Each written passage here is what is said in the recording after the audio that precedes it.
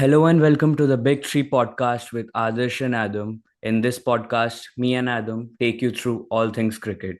Today's episode is probably our best episode yet, and it's on the topic busting the myth of baseball. It's going to make the headlines. So starting off, I'm going to ask Adam the question why he is against baseball from his perspective as an English fan. And good morning, obviously. Oh yeah. Good morning. No, it's not good Thanks for morning. It's good night here. What am I saying? good Yeah, morning and good night, yeah. wherever you're listening. Yeah, I think th there's a lot of pressure now. It's going to be the best episode ever. But I think that the main thing really for me was that I had my reservations about it anyway, but it was really made worse by what I perceived as a kind of bias in the media towards it, and that that kind of it kind of irritated me more than almost what I perceived as the failures of Bazball. It was the fact it was completely unchecked. On a space like Twitter or maybe in forums, people do criticize it, and there is some discussion. But on a kind of in the English or British media, there's very little. There might be a bit more now, but say somewhere like Sky or BBC, they just wouldn't countenance any kind of critique of it. The reason that why I dislike it is really it's in terms of tactics. I think there's a lack of nuance. I think um, the aggressive approach is completely fine. I've got no issue with that. And I've got no issue with being a bit more aggressive than defensive. That's not an issue. It's the lack of nuance in certain situations. It's also the kind of lack of preparation in the sense that there isn't a focus uh, so much on the opposition or kind of a plan. It's more just um, uh, it seems more like a kind of a kind of ego thing where people are just where they're saying, yeah, we're fine, we're relaxed, we're going to do this, we're going to do that, and that there isn't a kind of shrewd or crafty element towards it. If you look at, say, the preparation before the 2023 Ashes, um, Australia came over. They were playing the World Test Championship final against India, and England just went to play golf. And then they played a wicketkeeper who hadn't kept for a while. I mean, he might have kept once or twice since he'd come back from injury after 9 months. And because Jack Leach was injured, they played Moeen Ali, who hadn't played a four-day game for like 4 years or something. And he got injured during the match because of it. There's no slight on Ali at all. They just picked someone who wasn't kind of match fit. And so there's a kind of a gay abandon towards it, which is too which is too free, and I think it needs to be refined. I also think it's kind of created a very kind of entitled players who can continually fail. People say like Crawley or Pope, and they've just got a place for life, and there's no kind of stick. It's all kind of carrot. The multi-year contracts also feed into that. That's not all McCullum's fault. That's also mainly Key's fault, probably. There's also the idea of rushing games for no reason. It has to be done within 3 days. Well, why does it have to be? Um, a selection where there's like a closed shop. Selection not based on merit. It's more based on ceiling or potential or whose face fits. And I suppose that's probably a summary of all the reasons I'm kind of skeptical about it. How about Ye- you? Yeah, so you've covered most of it. For me, the main reason was at least say till 2022, I used to think that when they beat India in that Mm, Edgbaston test, mm, I was taken aback, like most people were, that mm, cricket can be played this way as well. We had seen mm. obviously people playing quickly, but not like they had. And Yeah. and for me, that was just I was shocked, and Mm, I genuinely thought that they had a way ahead. When they came to India mm, and they had a chance to win the series, and what mm, I think the Ranchi test and the Rajkot test, both of mm, those tests where Ashwin was not on the park, I think in one of the days, mm, and Root reverse scooped it onto the hands of the second mm, slip. I think that along with the press conferences which happened, mm, just the amalgamation of the arrogant press conferences, the lack of mm, the rigidity in their approach, lack of adaptability, and mm, and and just lack of respect towards the game. Because mm, honestly, I did not care that much about what England what were the mm, results. It was more mm, the fact that they got a lot more hype than what they mm, originally deserved. mm, And all of this combined was what led me into being against Bazball. mm, So I think that we both have different reasons, but mm, it's completely justified. After that, just coming on to what is Bazball, because I think mm, people are not really sure what it actually means. mm, There are a lot of definitions mm. in the media. It's not even coined by Baz himself, so that's No. something. In my opinion, Bazball is, according to them, playing in a positive sense, Mm, and creating an environment where you're not really responsible for your failures. I think mm, that's, even though that might sound a little harsh to the way they approach things, I think it's more on the way you put in your mm, input, the input you put in, and after mm, that they give you a specific method mm, to play, and or your own method, and you can apply whatever you want to mm. there. There's no real accountability in there, and I think Yeah. that they, with that, what they sought to achieve is give players freedom and a good environment in which they can succeed. I think that's what basketball is for me. What about you? Yeah, I think and not none of us are saying that Brendon McCullum or Stokes invented the term Bazball or were responsible for it at all. That I think that was coined by a guy called Miller in at Crick Info. Yeah. But when we say Bazball, we're talking about the style of play under McCollum and Stokes. So it's just a shorthand for that, really. So we're not saying that they've coined this term themselves or that they're kind of bragging about it or whatever. It's just the style of play of McCollum and Stokes. Um, and and the funny thing is, it's called Bazball, but how much of it is McCollum? How much is Stokes? It could be more like Ben Ball. I think that's what Mike Brearley might have called it. But Yeah. it could be as much Stokes or more Stokes than it is McCollum. So we're just using the word Bazball as a catch-all way of describing the cricket under McCollum and Stokes. Yep. So what would you like? What would be your definition of basketball? Just if you had whatever you have gathered over the Yeah. 2 years that you have seen it, what do you think is the way they employ, or at least the message which they want to send out to everyone, that this is the way we approach cricket? It is a very, very attacking, very carefree, very belligerent approach, which seems a bit like Morgan's approach in the 50 over game, but done in a test match standing.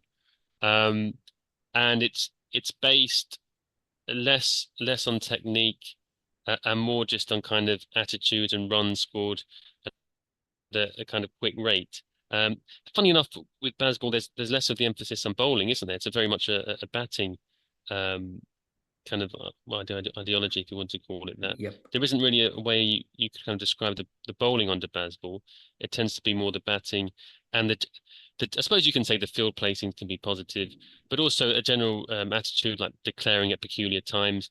It seems to me to be a way of eliminating draws, winning as quickly as possible, eliminating draws, being as positive as possible, and just sticking with your guns no matter what the situation. I think that's probably the best I can do. Yeah, and entertainment over results, which they have said Yes, by. entertainment results, Yes. which I would say is like marking your own homework because when Rob Key was a pundit, he was very critical of Silverwood's results in Australia. I think we're going to come on to the pre-Bazball days, aren't we? But he was very critical. Now that he's in charge, he says no, it's more the entertainment and inspiring the kids, and the results are like secondary. So with this, it's very convenient. I don't really like that approach myself. Yeah, and just terming it like this, I think there's a very, like we have spoken of this in our podcast as well, the one Mm, in 17 thing. I mm, think that it's been used a lot, and mm, and there's a lot of context to it, which we're going to mm. get down to later in the podcast, where we're going to Yeah, break it down completely. But yeah. if you had to just look at the previous England successes before Mm, Bazball, say Bayliss and Silverwood, how yeah. would you put them down? Um, Just Bayliss. just Yeah, sorry. vaguely, just vaguely. Yeah, Bayliss was good. Bayliss was criticised at the time as being more white ball orientated, but he did both jobs. McCullum is doing both jobs now, but he wasn't before. He won the 50 over World Cup. He got to the T20 World Cup final. I think he got to the ICC Trophy semi-final. But even as a Test coach, he won the Ashes. He beat India 4-1. Um, so he had a pretty decent record. He lost the odd series, but he did win the Ashes and beat India 4-1, which is really good. Uh, Silverwood didn't have as much success as Bayliss, but he did beat South Africa in South Africa 3-1, which is pretty good. He beat Pakistan at home, who we've lost to recently. He beat the West Indies at home, which we did last this year, but it was a better West Indies side with actual more established batters. So it was a more difficult series. He won in Sri Lanka twice. He won 2-0 and 3-0, which is impressive. Yeah. But for a side that doesn't play spin that well, so you could argue that Sri Lanka side he beat was better than the Pakistan side that beat England recently. Um, so there were some good achievements from Silverwood, but his last year was bad. He played India away, then he played India at home, also New Zealand at home, who were about to be World Test champions for a couple of tests, and then Australia away. So this is where the 1 in 17 would come in. That he had a really hard batch of fixtures altogether, and they made up that kind of stat of 1 in 17. If his last 17 fixtures had been West Indies, Pakistan, Bangladesh, Zimbabwe, it wouldn't have been 1 in 17. And I suspect if we'll find out next year, but how many of the next 10 will we win when we're playing India next year when we've got India for 5 tests at home and Australia 5 tests away? That could easily be, 1 in 10, 2 in 10. So I'd be careful about those statistics. Okay, yeah.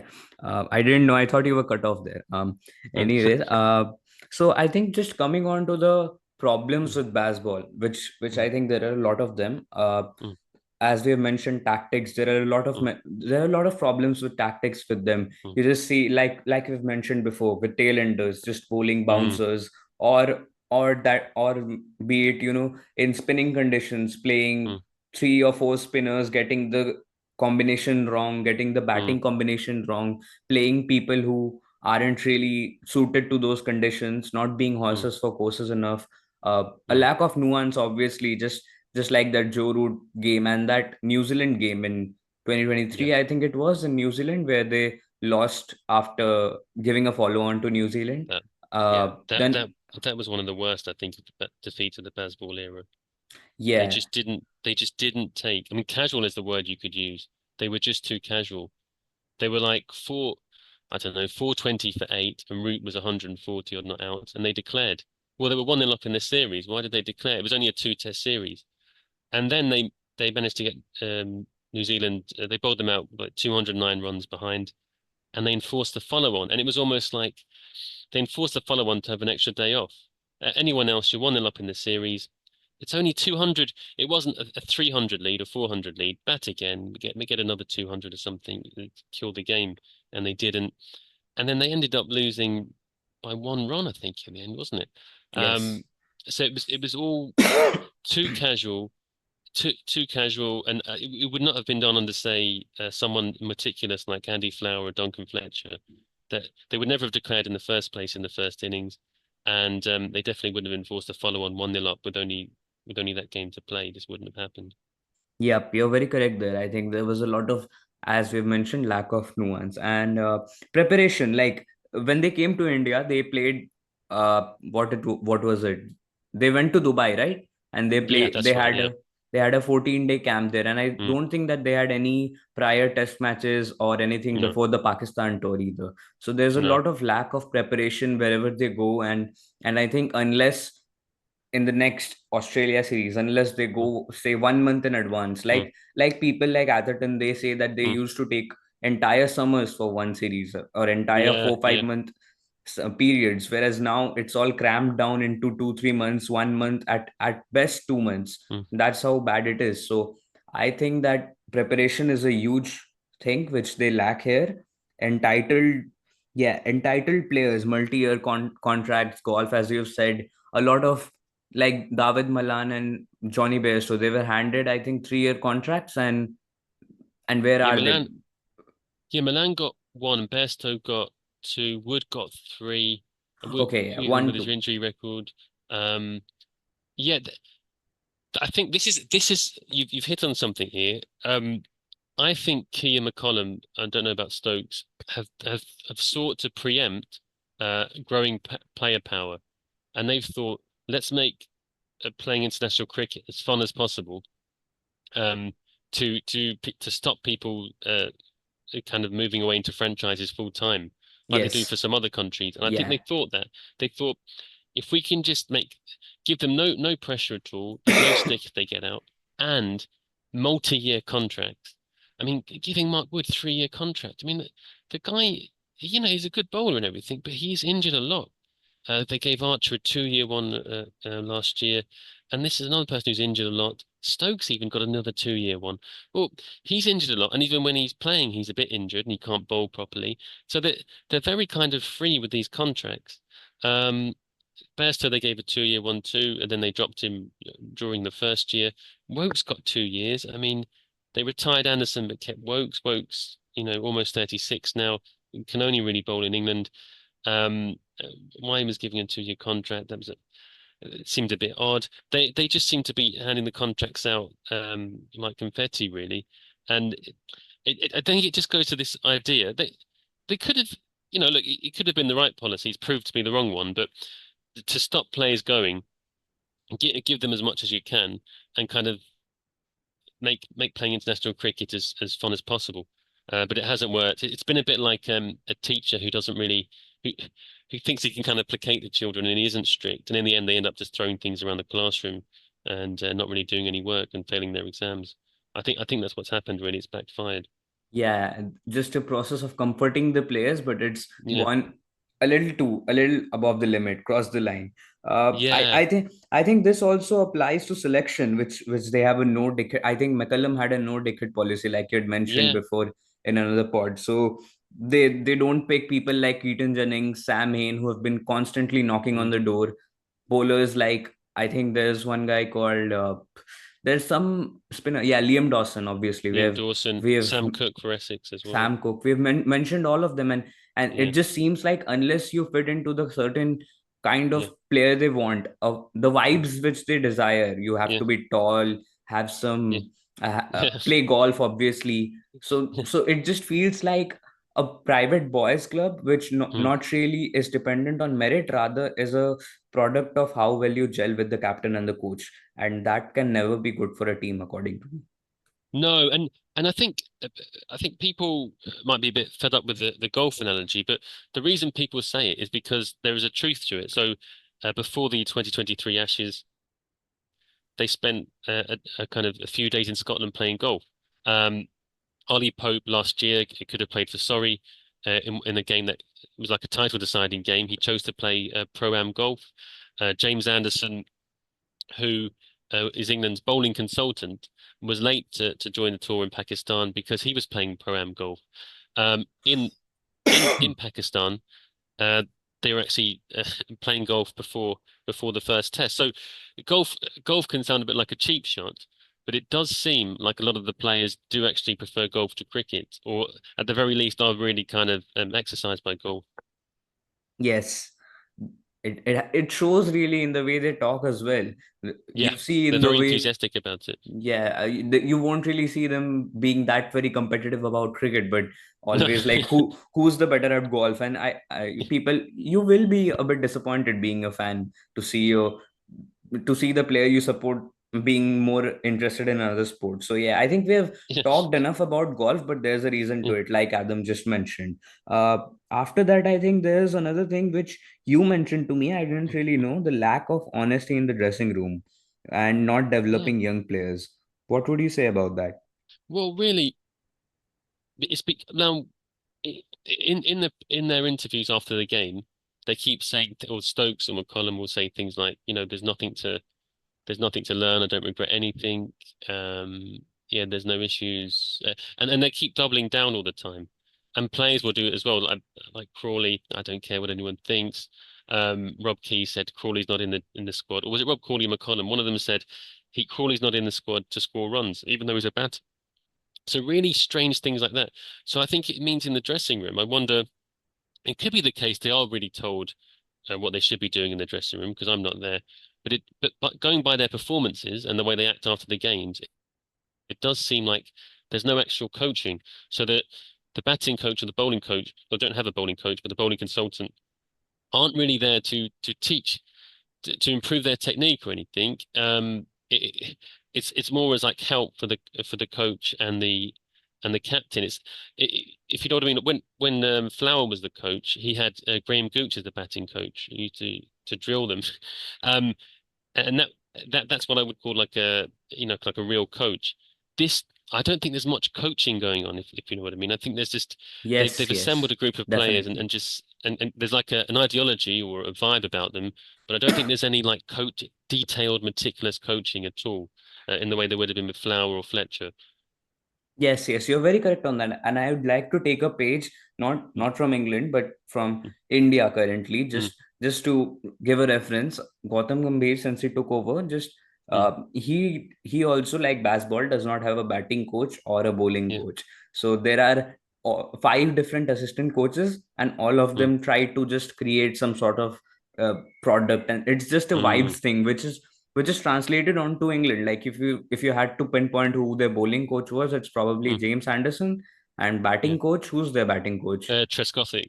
Yeah, Marcus Trescothick, and he Yeah. sometimes takes over the role of the interim head coach. So Yeah. Yeah. it's all a bit jumbled up there, and it's Yeah. hard for people to understand very clearly. No respect for fans and the game. See, they've not talked about the World Test Championship like ever. I have No. not seen them talk about the World Test Championship except dissing it for the over it points, which Yeah. honestly I think which is a common narrative even on Twitter and all social media platforms. It's been termed as irrelevant, and does not Mm, all series except the Ashes are not due to the fans. I think the fans are not as guilty as the media and the players, no. because they have emphasized so much on the Ashes, and just Yeah. each series has been seen as a stepping stone to the Ashes rather than a something of value in it in and of itself, which I think. Definitely. I think these are two big criticisms you could make of this regime. Um, if you've got a World Test Championship, why not try to win it? And if Australia have won it and New Zealand, why don't we? And so that's one thing. And then the second thing is, why are we disrespecting all the other series? So we're disrespecting all the other series as like stepping stones. We didn't tick. We played Sri Lanka in the third test, the Oval, and we just decided to bring Josh Holl in, who'd played 10 first-class matches in his whole life, um, just to try him out really against Sri Lanka. We continue to play Bashir, not because he's the best spinner at the moment, but because we hope he develops in Yeah. 2 or 3 years' time. And it's not playing the best team available. We played Lawrence as an opener, even though he isn't an opener, just to placate him because he's been carrying the drinks. And then we had Pope as captain Yes, because Stokes was definitely. injured, and it was like we didn't have a proper captain. We had three players who shouldn't have really been there on merit, and and the whole thing is just um kind of jumbled, and it just really seems to be not really respecting the test series in of themselves, like you say, and just preparation for the Ashes, which is abroad, and we'll probably lose that one anyway. Um, and the biggest irony is when the Australians came to England, where they haven't won a test series there since 2001. We didn't prepare for that one, so we didn't prepare then. But then we've spent the next 2 years trying to prepare for the away one. It's just so weird. Yeah, it really is, and I'm glad you spoke of Ollie Pope because I missed him Mm, there. Ollie Pope, Zach Crawley. I think those are the specific selections which which if you saw, then you'd just understand that they've not been, and even Rehan Ahmed and mm, Shoaib Bashir for me, because from whatever little I have seen of Shoaib Bashir, and I saw, and I said that in the mm, earlier podcast as well, that I don't really think that he has as high a ceiling as England mm, tout him to be. But mm, people say that he is very young and he's not played a lot of mm, domestic cricket in his career till yeah. now. But if you just see the way he bowls on leg stump, and he does not really have what the England contingent want of him, which is a bowler who can drive it into the pitch and get Mm, some bite out of it, which I think Hartley had, Tom Hartley. And again, it's all ad hoc because they dropped our Hartley for some reason, and they have just pinpointed Bashir as their only spinner. But then if you're not, I think Rob Key said that Leach is their second best spinner. So if you're mm, actively sidelining Leach from your priorities and you're mm, also sidelining one more promising guy who was Tom Hartley, then I don't mm, really think that they can just move forward with one person who's not really performing and is halfway on the development stage, Shoaib Bashir and Rehan Ahmed, who I think is at best just above average player. So I mm, think you've really touched on some important points there. Coming on to Rob Key, I think mm, there's a reason why the myth of baseball has been created over the 2 years. mm, It's been on charge. mm, Sky, the main producer mm, and the protagonist of what creates the hype for baseball, mm. Yeah. Nasser Hussain, Mike Atherton, all of them have been bigging up baseball because obviously Rob Key was their mate just 3 years back. Mm. So, what would you like to say about that? Yeah, like I touched on at the beginning, when Rob Key was the pundit, he used to say things like, "Oh, you've got to do the simple things right." He used to have a go at his former Kent colleague Ed Smith, who was England selector for a while, um, and say, he was, like, almost like too clever for his own good.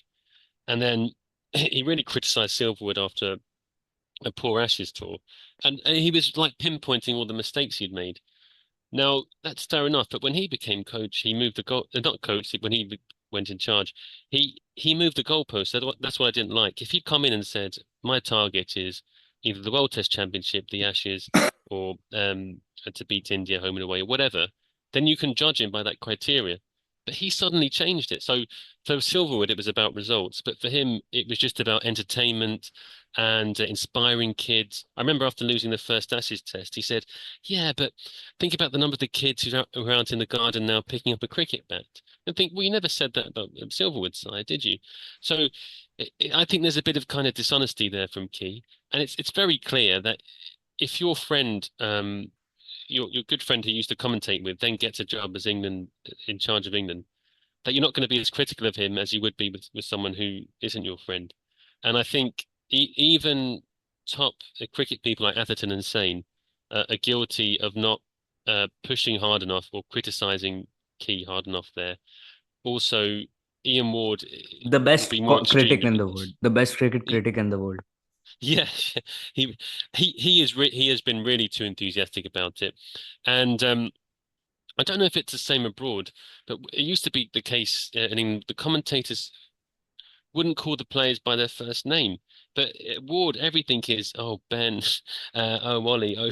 So he's always using their first name like he's their mate. And even when he's interviewing, you can see there's like an affection there, and it makes it very hard to criticize things or to look at things like from a neutral point of view. And Dispassionately. yeah, dispassionately. And I think um, who was it? So I think George DeBell, who writes for the Cricketer, he was saying that there'd been like a difficult week for Butler. I think he was saying that Mott had gone, um, Butler had kept his job, Flintoff had gone, and there was a rumor that Butler didn't see eye to eye with Flintoff. And he said when he was on Sky, Sky didn't ask him about any of that, which was interesting. So he'd picked up on this as well. The Sky's questions are more like a kind of um, one of those magazines you get. I don't know if it's just in England, but these kind of teen magazines about boy bands or girl bands, and the questions are things like, what's your favorite color? What's your favorite animal? And they're not Yeah, like incisive questions. yeah. Maybe again it's down to player power because the players think, well, I'm not going to answer your questions. If you ask me a difficult question, I don't have to be here. I'm making enough money from franchise leagues to Yep. have to listen to you. Yeah, yeah, you're very much spot on there because I think that they've they've been in a position where they've not really been interrogated by the press as much, and this No. comes down to even the written media on Mm, like the Times and etc. yeah. Matt Roller, Tim Wigmo, and who was that guy? Yeah.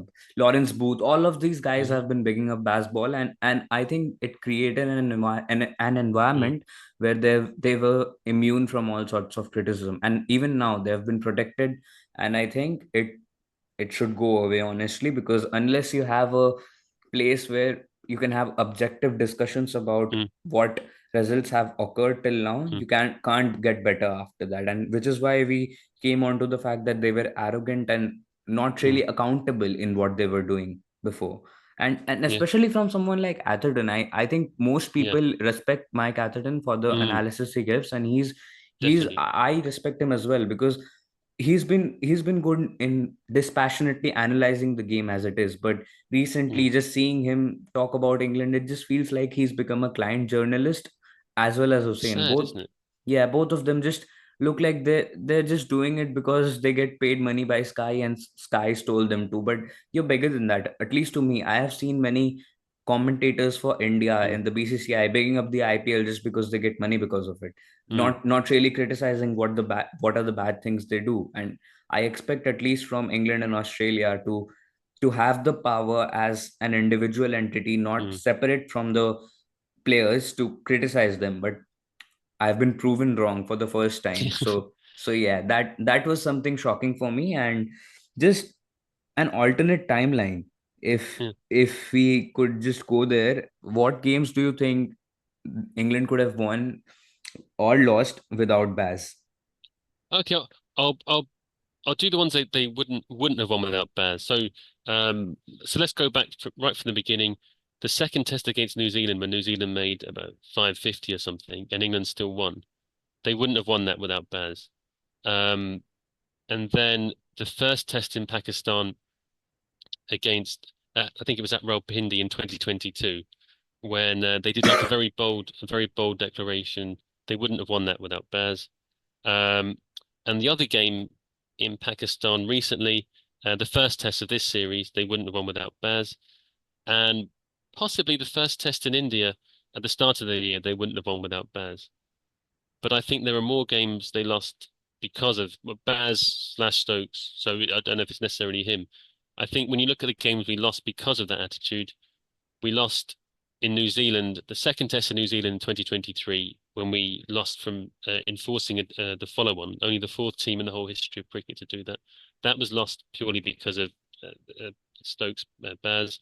The first test at Edgbaston in 2023, that was lost purely because of Stokes and Baz going over the top, declaring when Root was on 140 not out, declaring on 380 for some reason.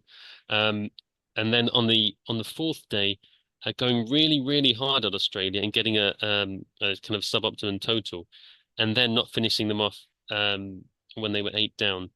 The second test at Lords, we lost because of the Bazball approach. We were 180 for one, and then all our players got out playing the same shot, hooking. Yeah. That was really idiotic. Um, Now the tests in India, they might have lost anyway, but in a different way. So I couldn't really say that was the dismissals were because of Bazball, but the result might have been similar. It might have been a 3-1 defeat or something. So I don't know if you could say they were lost because of Baz. The third test against Sri Lanka this year was purely because of a very a typical kind of selection of this regime, underestimating Sri Lanka and a very casual approach. And that was because of Baz as well. So I reckon there's about 4 or 5 games there that we lost because of him. Yeah, and I'm completely on agreement with you. Apart from the India series, because Mm, according to me, if you were to define what you'd have without Baz, then mm, I'd say a more, say the same version, but a little bit of adaptability to them, and a bit mm, of, not a lot of ego, where this is my way mm. and we don't really play other way, the other Yeah, way, even if it means we can win from that position. And yeah, I think that in the Rajkot and Ranchi games, if mm, Baz wasn't at the helm, they would have yeah, been able to win those games. Because honestly mm, speaking, from an India perspective, mm, I thought that the game was lost and the series was lost as well in the second yeah, and third tests, or sorry, the yeah. third and fourth test. And yeah, I think in those positions, if there was a little more ruthlessness and a Mm. little more uh just changing your method to what the situation demands, then they could have won that game. Also, Even the selection as well, because that fourth test they brought Ollie Robinson in, and he just didn't look fit, did he? Then I think he only bowled like 3 or 4 overs, yeah, and bowled and 115 kilometer per hour. yeah, and then he dropped a really easy chance as well, which was actually crucial. Yeah, who So was it? Rohit, right? no, I think it was the keeper. The keeper put on a good partnership with Dhruv Golding. Jurel, yes, Dhruv. Yeah, I think he dropped him. Yeah, and that was costly. So just things like that probably was the difference in the game actually. That drop. So I think India won by 5 wickets, didn't they? Was it 5 wickets that set that fourth test? I think that drop was crucial. I don't remember the exact score line. You have a really good memory. Yeah. But it was something like that though, and that drop was crucial. And you thought, well, they hadn't they hadn't played Robinson that whole time. They brought him in just for that fourth test. Didn't look fit. Got injured during the game and was bowling really slowly. Um, who was this? Someone's called him a running spinner. Nishant So yeah, Sapkota, yeah, our mate on Twitter. yeah. So he was bowling like that, and he got injured. So so yeah, that was, I think, a good example of blowing it there. And the fact that New Zealand won on there, might even win 3-0 this time round, shows that you could beat India if you execute your plan properly. Yeah, and also coming on to the fact that they have openly claimed to save Test cricket Oh and yeah, yeah. made statements that we play in a way that people are going to remember for years to come, Mm, and also just claiming moral victories. And I think this is the real bit that creates a lot of fuzz and gets them trolling mm, from everywhere, because this is the thing that to Indian audiences, to Australian mm, audiences, you'll see mm. when Stokes put out that statement where he said that we play in this way and people are going to remember us forever, and people were like, Yeah. we're not going to remember you after 1 year, No, not even after no, 1 day. no. So yeah, that was the kind of I guess it's a sort of delusion Yeah. which they have inculcated in everything they do. And saving Test cricket, like we've mentioned before, if Test cricket has a designated avenue, which is Mm, all the series, you need to mm, at least give some importance to, like we said before, and the World Test Championship, in which they were bottom for a long period of time. So if you're trying to save Test cricket, you at least need to pay more focus to games which are tests, not just yeah. one series, because just focusing on Australia is not saving Test cricket. No, not at all. Although yes, losing to Pakistan 2-1 is going to is going to save Test cricket according to some people. So kudos to them for losing to Pakistan, and it would be great if they lost to India as well next year. Yeah. I don't think they meant it that way, did they? But maybe that's that's one way it could help to save Test cricket. I think the thing is, it just seems like bloody media sound bites, doesn't it? Really, the saving Test cricket bit. Who was it? There I was think an McCullum entire and Key book. both said it, didn't Yeah, they? there was an entire book on that, like you mentioned, Tim Mm. Wigmore and someone else, right? Oh yeah, Lawrence Booth and Tim Wigmore. Yeah, I think was it called just called Bazball, wasn't it, or something? Yeah, revolutionizing Test cricket or something. Yeah, Yeah. I think the thing is, it, getting bowled out in 50 overs isn't saving Test cricket, is it? I don't really understand. So if you get, I don't know, bowled out for 250 in 60 overs, um, and lose, I don't know, understand how that's saving Test cricket, really.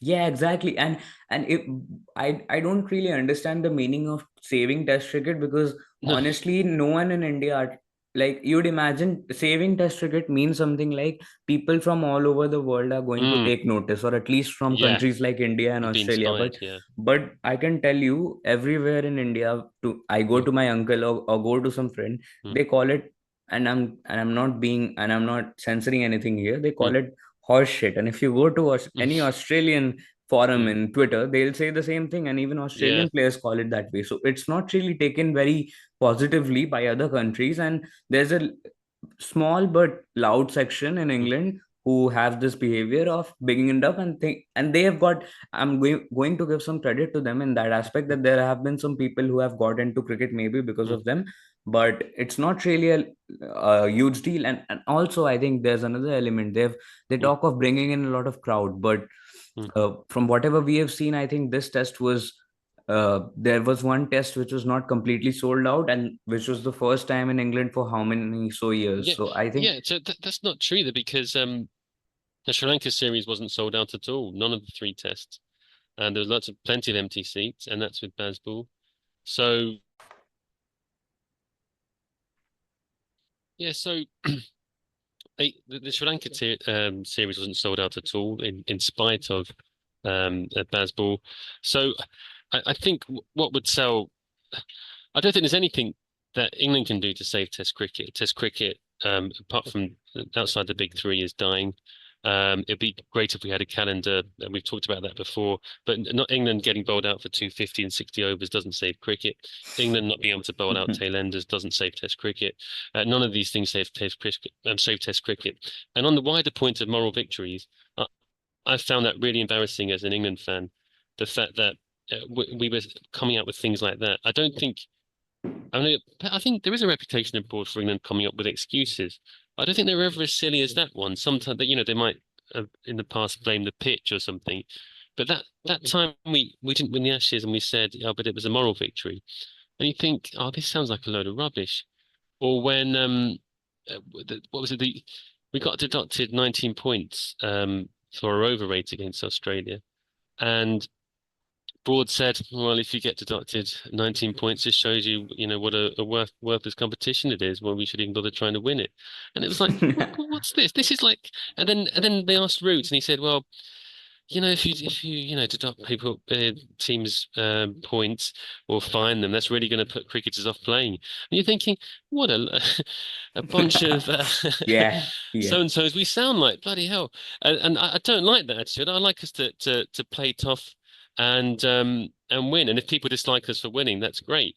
And interestingly, a lot of our players suddenly like changed. I don't know if they've been brainwashed or they were just saying it, because Stuart Broad's the type of guy who wouldn't walk when he hits the ball straight to slip, would time waste, change Yeah. his shoes, but he wants to go out for lunch. We want to go out for lunch to get some respite. And then all of a sudden he's like, I don't care if we win or lose, I'm just here to enjoy it. You think, are you being serious? So funny things like that, where players were suddenly coming up with such obvious nonsense. And I think it made us kind of lose our credibility in a way.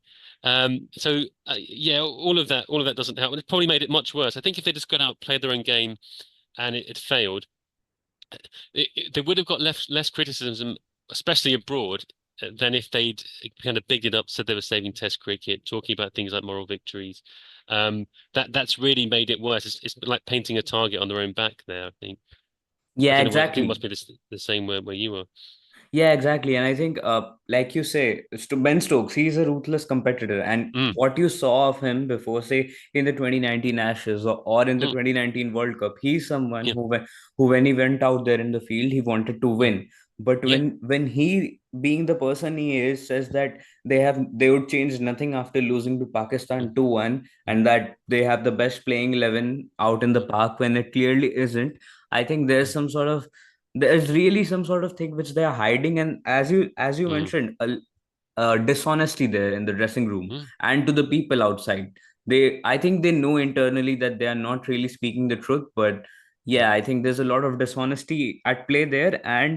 And just coming on to, I think we have talked a lot about the bad things about basketball, mm, and I think we need to talk a little bit about the good it's done, because then people will just mm. say that we are creating an echo chamber here. So starting off for myself, I think, Yeah. and I think that I found myself at crossroads here, because wherever I Mm, put myself into, just not trying to sound too mm, self-centered, but mm, whenever I do something, I like to feel good, and with people I'm mm, interacting with, I like to have a good environment where I can work in. mm. So I think Yeah. they've managed to create an environment where I personally, as a person, would like to be there. And I think that Mm, they say that they have created an environment where people want to play for them.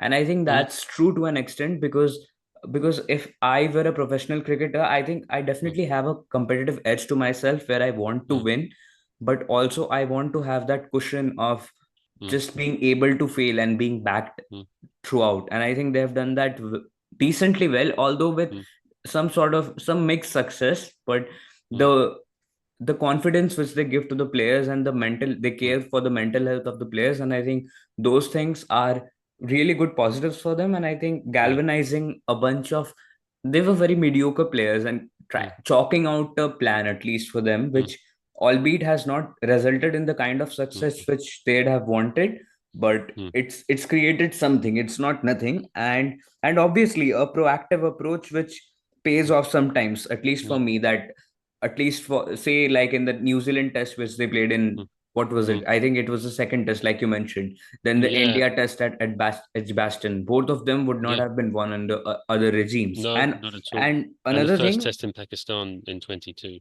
Yeah, and the last thing, which for me And is a really good thing from them, no mm, excuses in the pitch front and those yeah, kinds of things. Because earlier English regimes, I think every time they came in, at least from an Indian mm, perspective, every mm, time they came mm, in, the first thing would be mm, how bad the pitch is, how bad the pitch is, yeah, and it was really refreshing to hear both Stokes and McCullum, after constant prodding from Hussein mm, and Ward, say that they don't care about the pitch mm, and they just want to play out there with whatever they've got out on the park, and saying that mm, and acknowledging the fact that every single home team prepares mm, pitches suited to their own liking. So I think mm, those are some points which I'd put down to as the mm. positives which baseball has done. What about you? But well, I mean, on those points, at the first, the bit about the players feeling comfortable, it is a good point. I would argue that they might feel a bit too comfortable when like they can't be dropped. But there is a good comparison, say, with the mid to late 90s, where guys like Ramprakash and Hick were continually dropped and then recalled. John Crawley as well, and they never, they didn't feel comfortable in the side, and that couldn't have helped them. Um, like a kind of a team spirit, confidence, etc. Inverted commas, no dickhead approach. There is a contrast with the Flowers side, who had lots of people you would argue who were, I don't know, you'd argue in inverted commas were maybe what McCullum would consider dickheads, but they were excellent players, and we were the best side in Test cricket then. So it's a funny one. I mean, it all imploded in the end with the kind of text gates. We had people like Swan, Peterson, Broad, and th they didn't really get on. Well, they didn't get on with Peterson, and it's like it must have been a difficult dressing room to be in. But up until it imploded, it was very successful. You don't all have to be mates, don't have to give yourselves nicknames or whatever. If you go out and scoring runs or getting wickets and acting professionally, that's all that matters. Really, the pitch, that's a good point. They've never ever complained about a pitch.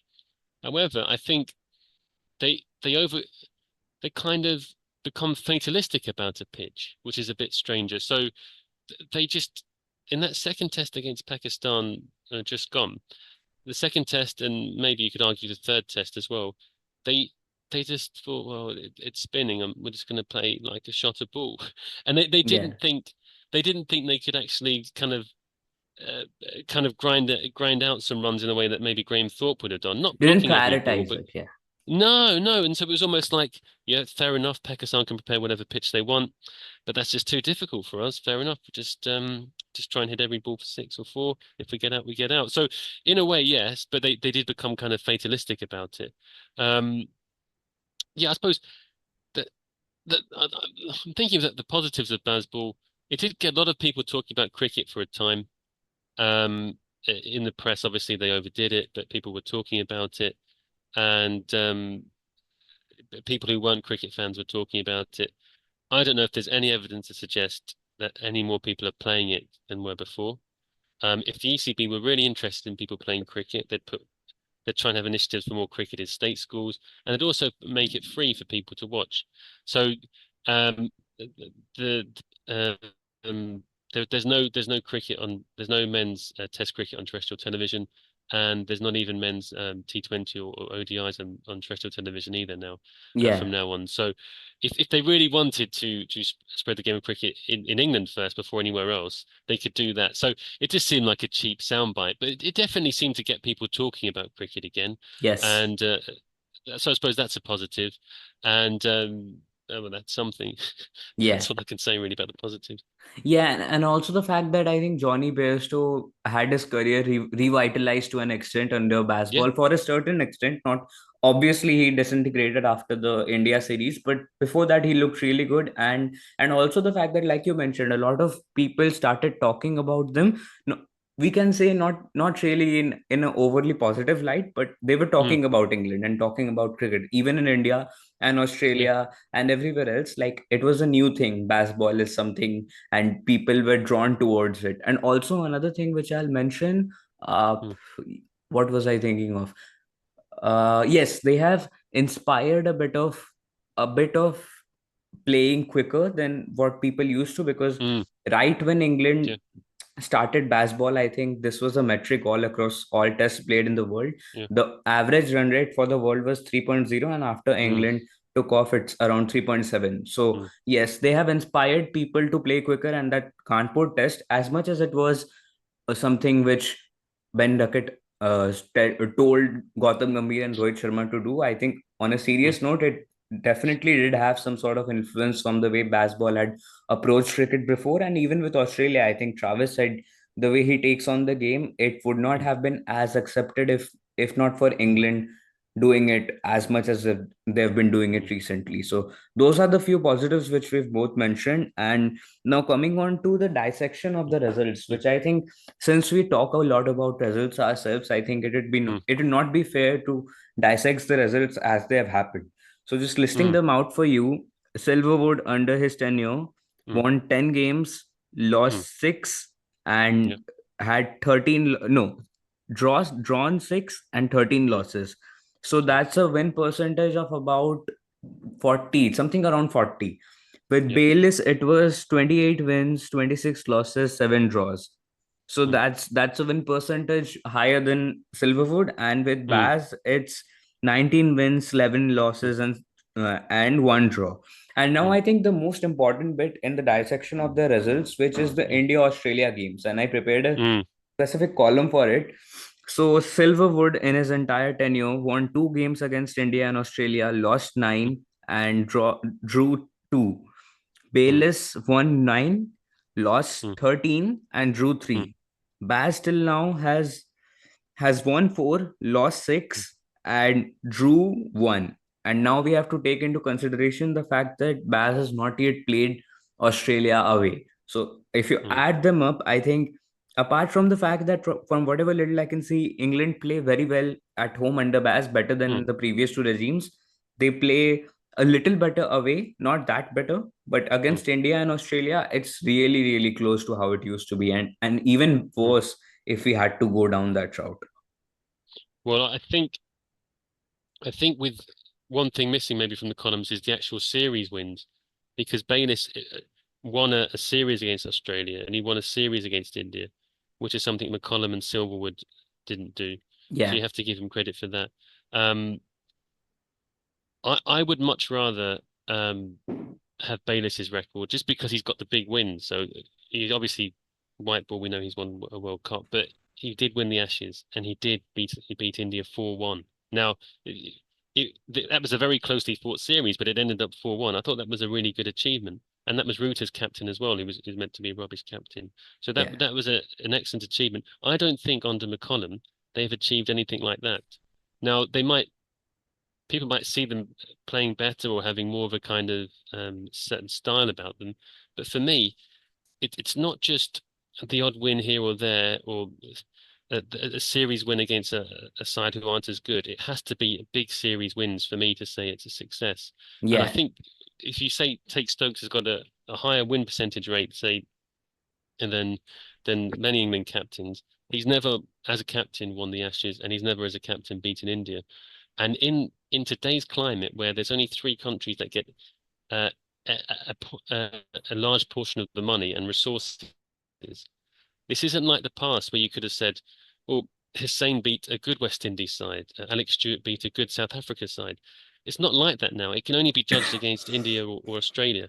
So this is why maybe for some people they're thinking why we might be sounding harsh because Baz has won a series against West Indies, has won one against Pakistan, won one against New Zealand and South Africa, but he failed against Australia, failed against India, and I suspect he'll fail against them again next year. And for me, that's the only metric when you're judging a Test coach, that or winning the World Test Championship, which he also ignores. I think England are sixth in the World Test Championship, um, below countries who'd hardly play it, and put all their resources into to one-day cricket, and have players who don't play. Like South Africa don't have their full strength batting lineup because lots of them have quit to play white ball cricket, but they're yeah, still ahead of us in the World Test Championship. So I don't know how you could possibly say um, McConnell has been a success when we're below them in the World Test Championship. yeah, We should at very least be third and always knocking on the door, and at very least win home series against Australia and India. Could lose to them away, but you can't be a success by not beating them at all yep. and being a mid-table side. That's not given the resources and money. I just cannot see that as a success. Yep. And I've picked up 2 points from what you've mm, said. So first mm, of all, I think there needs to be some context given to how Silverwood fared, because mm, During Silverwood's tenure, priority was given to the white ball side, which is completely yes. turned around here. And Mm, also the fact that when you look at New Zealand under Silverwood, whereas mm, compared to, like, it's a very popular series, that game where England batted out the draw. It's been talked about a yeah. lot. So Mm, in that series, I think they had Bolt and all of those guys. They had the yeah. entire New Zealand team peaking at the same time under Silverwood, and whereas Yeah. weaker England had Mm, didn't have as much priority given to them. And now you no. look at the series which they won in 2022 and 2023, they drew. In those two Mm, series, New Zealand was weakened and England was stronger. So there needs to be yeah. context given there. And even with Definitely. other series which they've won, like if you were to see the West Indies series which they just won against the West Mm, Indies of now versus the West Indies of, say, 2017, which had Shea mm, Hope and Kyle Hope performing that well. exactly. Yeah. Yeah, so there are a lot of caveats to how they've performed. It's not just they've been really good, and also the South Africa series, which they dominated, where Mm, I think if you compare that to the 2017 South Africa, it mm, had Hashim Amla in it, Faf du Plessis, mm, Quinton de Kock, yeah. so many good players, and whereas now the batting lineup I think is the worst ever they've had in a long time. Yeah. Yeah, it is. So, and for Silverwood to win in South Africa 3-1 was quite impressive. Yep. So if you look at it, I mean, I can remember he started off in New Zealand against a good New Zealand side, lost that 1-0. Then he went to South Africa, won there 3-1, which was impressive. Then he was at home to West Indies and Pakistan, beat them both.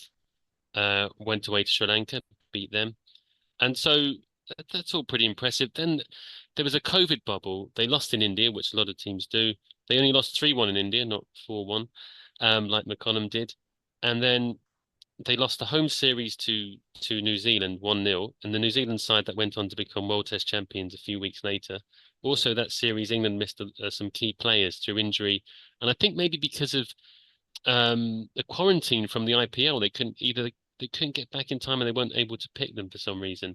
Guys like Bairstow and Wokes weren't available, and they had to have like Bracey as keeper. Yeah. They then lose a few games to India in a series that was eventually drawn, and then go to Australia and get thrashed at 4-0. But except for when Strauss and Flower were in charge, yeah, and so maybe the last 40 odd years, we've won two series in Australia, one with Strauss, one with Gatting, and every other one has been quite a convincing defeat. So Silverwood did nothing different there, and he had the added difficulty of playing during a COVID bubble. So it's fair enough if he was sacked for those bad results. But it's a bit. I don't think the difference between McCollum and Silverwood in substance is as big as people are making out. It is in style and feeling, but in substance it isn't really. And remember also that Stokes didn't play in for Silverwood in the home India series either. He was in. I think he had a mental health issue, so he pulled out of that series. So again, Silverwood had a weaker side there. Yeah. I Yeah. think And when you look at it, the substance of it, there is not as big a difference in quality between those two sides. yeah, and just coming on to the fact that the 1 in 17, which I'm going to break down for once and all, Mm, because they talk about it a lot of the time, that why mm, don't we like the previous regime, or why we big mm, Bazball so much, is because of the 1 in 17. So I mm, have the 1 in 17 right here. mm, So they won one game against India, which was the only mm, win for them. That's one win, mm, three losses, then a draw against New Zealand and a loss. Then mm, against India, they drew one, lost one, won one, and lost one. mm, Then against Australia, in away, they lost four and drew one. So here, mm, I think if you look at India, they have not mm, won in India till now. So you can rule mm. that out here. Like Yeah, you mentioned, New Zealand, they didn't have Stokes in there. And also the no, fact that they had been under COVID bubble for well over a year, I think. Well over yeah, a year, yeah. And obviously New Zealand was a stronger side, like we mentioned. Then you yeah, come on to India. I think that was the period in which India were really, really high, and it was one of the mm, best series which India have played. Also, the fact that they had couple of, like, they didn't have Stokes, as you mentioned, mm, and it and they have not really faced India till now at home, so you don't really know what's going to happen yet no, when they do face them. And again, Australia away, it's not happened. So if you look mm, at the four series in isolation, and after that the West Indies series, which people talk of as well, Mm, They lost one and drew two. Again, it was at the fag end of the bubble, and I think mm, don't think that Silverwood was the mm. coach then. Was And Silverwood for the? that, no, it was Collingwood had taken over as caretaker. Yeah, so Collingwood had taken over as caretaker. So just Mm. 1 in 17 does not apply to Silverwood then. No, 1 in 14 would be the yeah. correct one, but it does not matter. The thing is that And with Collingwood, they wouldn't let him pick Border Anderson either. yeah, So they sent him there with the squad they picked for him. yeah. So the 14 tests here, like we've mentioned, do not really. It looks a bad number when you say it like Mm, that, but it was just the combination of the schedule which they had combined with the mm, situation which they had been put under, which resulted in what happened. And we don't think that Baz or Stokes, with their current team, would do any mm. better under those circumstances. You know? They might not even Uh, win that one game. And also when they look at 1 in 17, how many series did Silverwood win? I think he won four, maybe. Sri Lanka, South Africa, Windies, One, Pakistan. That's two, four. three, four. And Yeah, they won and four. how four? And how many did McCullum win? South Africa, New Zealand, One, Pakistan. two, three, four, Is it four? five. No, five, Five, yeah. six. Is it six? Are you counting Ireland though? Or... Yeah, I'm counting Ireland. Yeah. Oh, I can't... that was just a one-off test though. Yeah. But if you exclude Ireland, that's just five series. What West Indies, South Africa, New Zealand, Pakistan. Is that Yeah. isn't that just five? No, I'm just saying New Zealand Yeah. and South Africa, Mm, Pakistan, and Ireland. We're not counting Ireland, West yeah. Indies, and Sri Lanka. Yeah.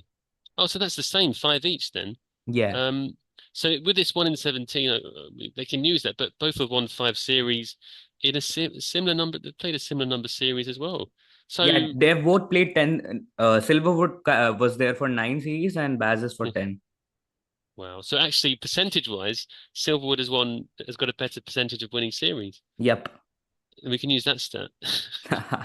But we won't because there No, like I have mentioned, like yeah. it's not the fact that Baz has performed worse than Silverwood, which we're not No, implying here. The fact that no, we are no, no, saying is the fact that they've been overhyped and they haven't really been tested or haven't really lived up to the mark where they should have.